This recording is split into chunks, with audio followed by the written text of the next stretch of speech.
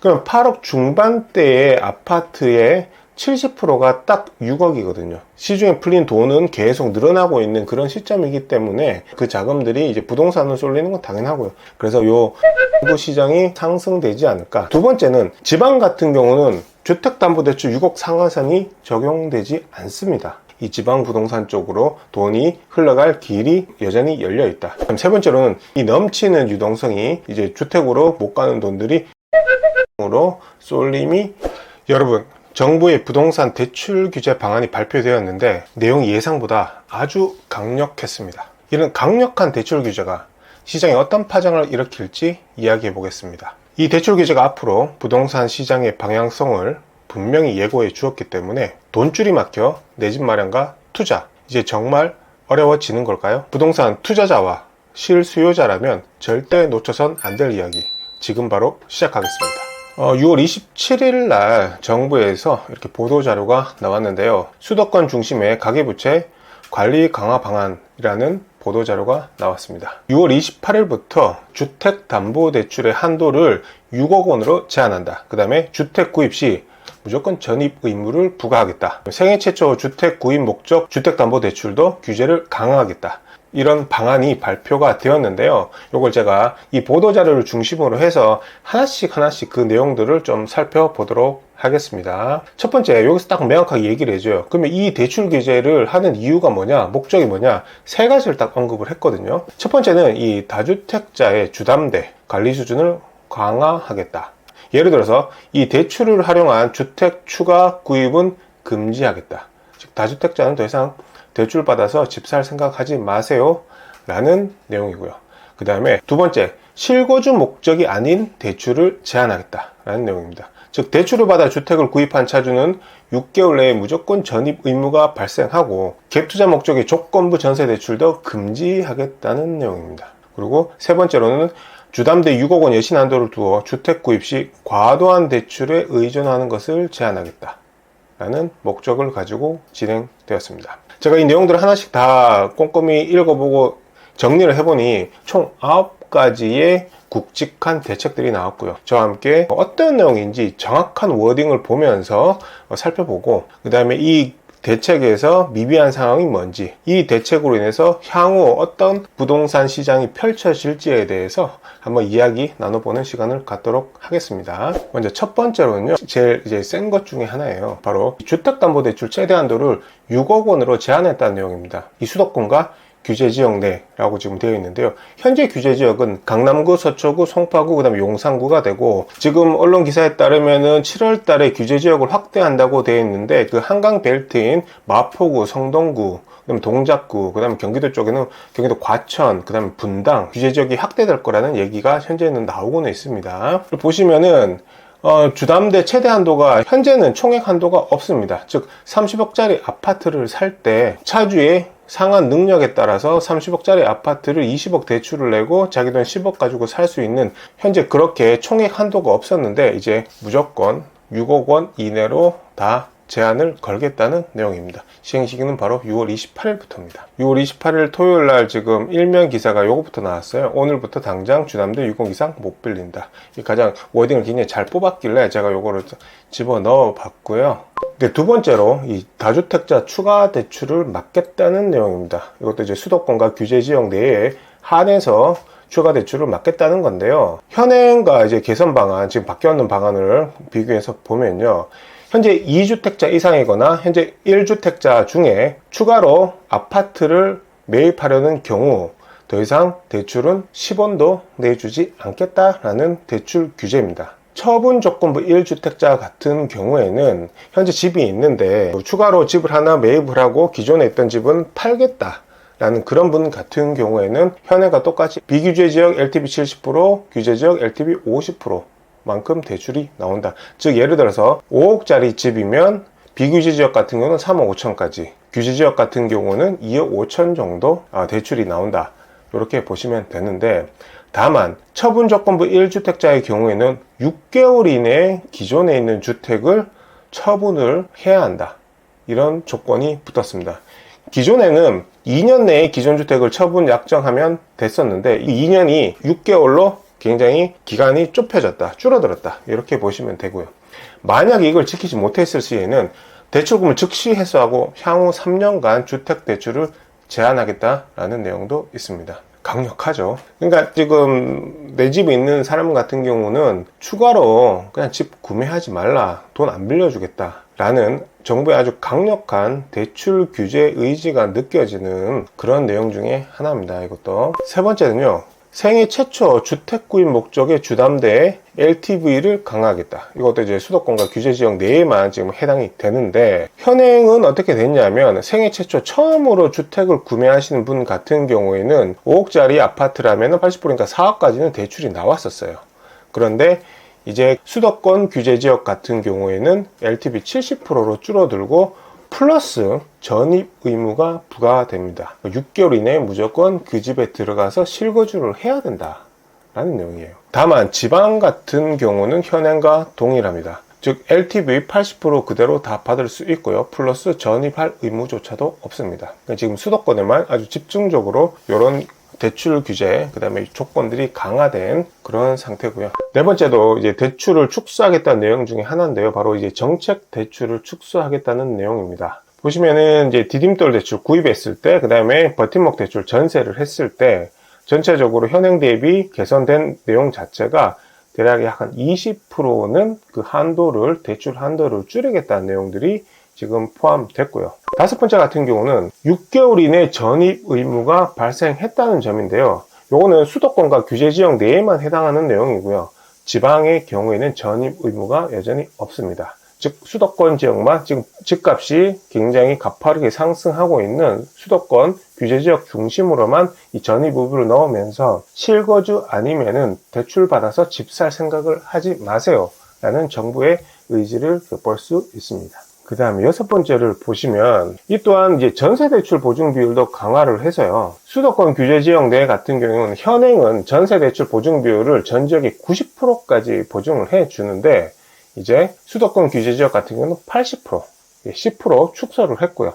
지방은 그대로 똑같이 90%로 보증 비율을 일정하게 유지를 하겠다라는 내용입니다. 그러면 지금 수도권 규제지역 같은 경우는 전세대출 보증 비율이 10% 줄어들게 됨으로써 전세가가 계속 상승하는 게 어느 정도 제동이 걸릴 확률이 높아지고요. 또 한편으로는 그 전세가 이제 반전세로 그렇게 전환될 수 있는 그런 길이 보이고 있습니다. 일곱 번째 보면 이것도 이제 생활안정자금 목적 주담대 한도를 1억으로 제한을 하겠다라는 내용입니다. 예전 같은 경우는 1주택자 같은 경우는 1억에서 2억 사이로 되어 있었는데 이제부터는 무조건 최대 1억 원으로 한도를 줄이겠다라는 내용이고요. 다주택자는 원래부터 계속 안 됐었고요. 지방은 지금도 없고 앞으로도 규제가 없습니다. 여덟 번째를 보면요. 소유권 이전 조건부 전세대출 금지, 수도권과 규제지역 내에 지금 해당을 하는데요. 실거주가 아닌 갭 투자 목적의 주택 구입에 금융권 대출 자금이 활용되지 못하도록 한다. 내용이 조금 이해 안 되시는 부분도 좀 있을 것 같은데, 소유권 이전 조건부 전세 대출이라고 하면은 제가 이제 그림을 이용해서 한번 설명을 간략하게 한번 드려보겠습니다. 집주인 B가 10억 상당의 아파트를 가지고 있는데 매수자 A가 나타났습니다. 그 둘 사이에 A와 B 사이에 10억 원의 매매 계약이 체결이 되었고, 이 매수자 A는 집주인 B한테 10억의 10%인 1억을 계약금으로 해서 먼저 송금을 합니다. 그러면 이제 계약이 체결이 됐죠. 그 사이에 집주인 B가 새로운 임차인 C와 신규 전세 계약을 맺습니다. 이 전세 금액은 6억이고, 이 임차인 C는 그 6억 전세 계약서를 들고 은행에 가서 전세 자금 대출을 받습니다. 약 80%인 4억 8천의 전세자금 대출을 받고요. 그 받은 돈을 가지고 임차인 C는 새로운 매수자 A에게 자신의 전세 보증금 6억 원을 매수자 A에게 주고요. 그러면 그 전세 보증금을 받은 매수자 A가 나머지 필요한 금액 이제 10억이니까 계약금 1억 냈고, 새로운 임차인 C로부터 전세 보증금 6억 받았으니까 3억을 더 더해서 총 9억의 잔금을 집주인 B에게 주면서 이 소유권이 B에서 A로 넘어가는데, 이때 3번 이 전세 보증금 임차인 C에서 매수자 A로 가는 이 6억하고 매수자 A가 집주인 B에게 잔금 9억을 주는 게 동시에 진행이 됩니다. 이게 바로 소유권 이전 조건부 전세 대출 요렇게 관행상 많이 이어졌는데 요거를 막겠다는 겁니다. 어떻게 막겠냐면 주택 매수자가 전세 보증금으로 매매대금 또는 분양 잔금을 납입할 때 활용되는 전세 대출로서 전세 대출 심사할 때 이 임대차 계약서상 임대인과 임차주택 소유주가 다른 경우 취급 금지다. 이 말은 뭐냐 하면은 이 집주인 B와 임차인 C가 전세 계약을 했을 당시에는 그때 임대인은 B로 되어 있지만 나중에 전세 자금이 실행되는 그 소유권이 넘어가는 그날에 이 3번하고 4번이 동시에 진행이 되니까 그때 임차주택 소유주는 A가 됩니다. 그러면 계약서상에는 임대인이 B인데 임차주택 소유자가 A로 바뀌면서 이렇게 그 소유주의 이름이 다른 경우에는 소유권 이전 조건부 전세 대출로 규정을 하고 전세자금 대출을 금지하겠다라는 내용이 되겠습니다. 집을 매수를 할 때, 매수자 A가 집을 매수를 할 때, 즉 전세 끼고 갭 투자를 하는 이런 경우도 막겠다라는 게 지금 이 대책에 포함이 됐고요. 마지막 9번째로 신용대출 한도도 제한을 하겠다는 내용입니다. 지금 돈줄은 지금 다 지금 막고 있는 상황이거든요. 신용대출 한도를 차주별 연소득 이내로 제한해서 신용대출을 활용해서 주택 구입을 방지하는 게 목적이 되겠습니다. 현행은 예를 들어 연봉이 5천만 원인 분 같은 경우에는 신용대출이 이제 맥스 1억까지 나오는 그런 경우가 있었는데 이제는 5천만 원, 연봉이 5천만 원이면 신용대출도 5천만 원 이내로 제한을 하겠다라는 내용입니다. 그래서 요 9가지 내용을 한번 정리를 해보면은 이 주택담보대출 맥스를 6억으로 제한을 두고요. 그 다음에 다주택자 같은 경우는 아예 대출이 불가하도록 막아버리고요. 신용대출도 그전에는 연봉의 2배까지 됐지만 이제는 그 연봉 내로 축소를 시키고 정책자금도 줄이고 디딤돌 대출도 줄이고 소유권 이전 조건부 전세 대출도 금지를 시키고 생활안전자금 주담대도 기존 2억이 맥스였는데 그것도 1억까지 줄여버리는 그런 전방위적으로 대출의 한도를 다 줄이겠다는 내용이 이렇게 다양하게 대출 규제가 나온 거는 사실 저도 처음 봅니다. 아주 강력하고 그리고 무엇보다도 2-3주 사이, 지난 2-3주 사이에 이렇게 대출을 좀 막겠다. 전세자금 대출에도 DSR을 적용하겠다 이런 기사가 조금씩 나오긴 했었거든요. 그래서 전체적으로 이번 정부에서는 이런 세금으로서 부동산의 수요를 억누르는 게 아니라 대출, 즉 돈줄을 좀 막아서 수요를 억제시키겠다라는 그런 뉘앙스가 좀 보이긴 했었는데 이렇게 급작스럽게 아주 강력한 전방위적인 이런 대출 규제 방안이 나왔고요. 이로 인해서 지금 시장은 굉장한 지금 패닉에 지금 빠진 상황인데 제가 이걸 쭉 살펴보다 보니 이 부분이 좀 궁금했어요. 두 가지인데요. 하나는 이 외국인 투자의 경우에는 어떻게 하냐. 중국인들이 강남 아파트를 쇼핑하듯이 많이 가져가고 있다. 그런 내용들을 많이 보셨을 텐데 이게 지난 5월달 기사인데요. 120억 단독주택을 전액 현금으로 매수자는 33세 중국인이었다. 이렇게 쭉 보면은 전액을 외국은행 대출로 충당했다. 이렇게 나오거든요. 그래서 중국인을 포함한 외국인 수요자들 때문에 부동산 시장 안정을 위한 정부의 대출 규제가 제대로 작동하지 않는다는 지적도 있다. 외국인도 국내에서 대출 규제, 양도세 등과 같은 이런 내용들도 포함되어야 되는 게 아니냐. 라는 말이 계속 나왔었는데 아쉽게도 이번 대책에는 외국인에 대한 그런 내용은 포함되지 않았다. 이런 게 조금 미비했었고요. 두 번째는 이 경매입니다. 경매를 통해서 낙찰을 받은 사람이 경매 낙찰 잔금 대출을 줄여서 경락 잔금 대출이라고 하거든요. 이 경우에는 어떻게 되느냐? 해당 대출 규제가 똑같이 적용되는지 이 부분에 대해서는 지금 얘기가 없고요. 근데 사실 이 경매의 목적 자체는 즉 돈을 빌려준 자, 이 채권자의 원활한 자금 회수를 위해서 부동산을 돈으로 바꾸는 게 바로 이 경매인데 이 경매 시장에서도 이렇게 강력한 대출 규제가 들어와 버리면 이 경매의 목적을 사실 달성할 수는 없게 되는 거거든요. 경매 시장이 경색되면서 낙찰가가 떨어지면 결국 이건 또 채권자에게 손해가 가는 그런 상황이 발생할 수도 있는 거라서 이 부분에 대해서 좀 명확하지 않은 그런 측면이 좀 있어 보입니다.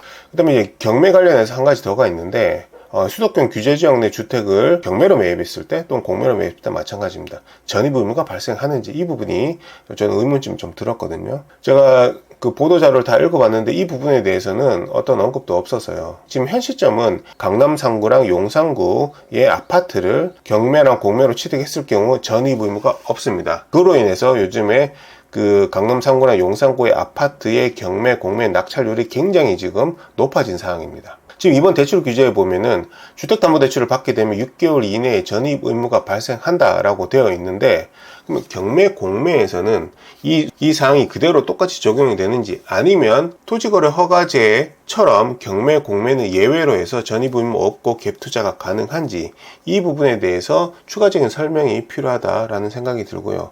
제 생각에는 경매, 경락, 잔금 대출과 같이 이 경매라는 특수성으로 인해서 이 부분에 대해서도 예외로 해서 전입 의무가 없는 게 맞지 않나, 그런 생각은 들긴 듭니다. 하지만 이거는 왜 정부 당국의 구체적인 어떤 가이드라인이 좀 더 명확하게 나와야지 확인할 수 있는 그런 사항으로 보이긴 하네요. 그러면 이런 정부의 부동산 대출 규제 정책으로 인해서 향후 부동산 시장이 어떻게 흘러갈지 제 생각을 한번 적어 봤는데요.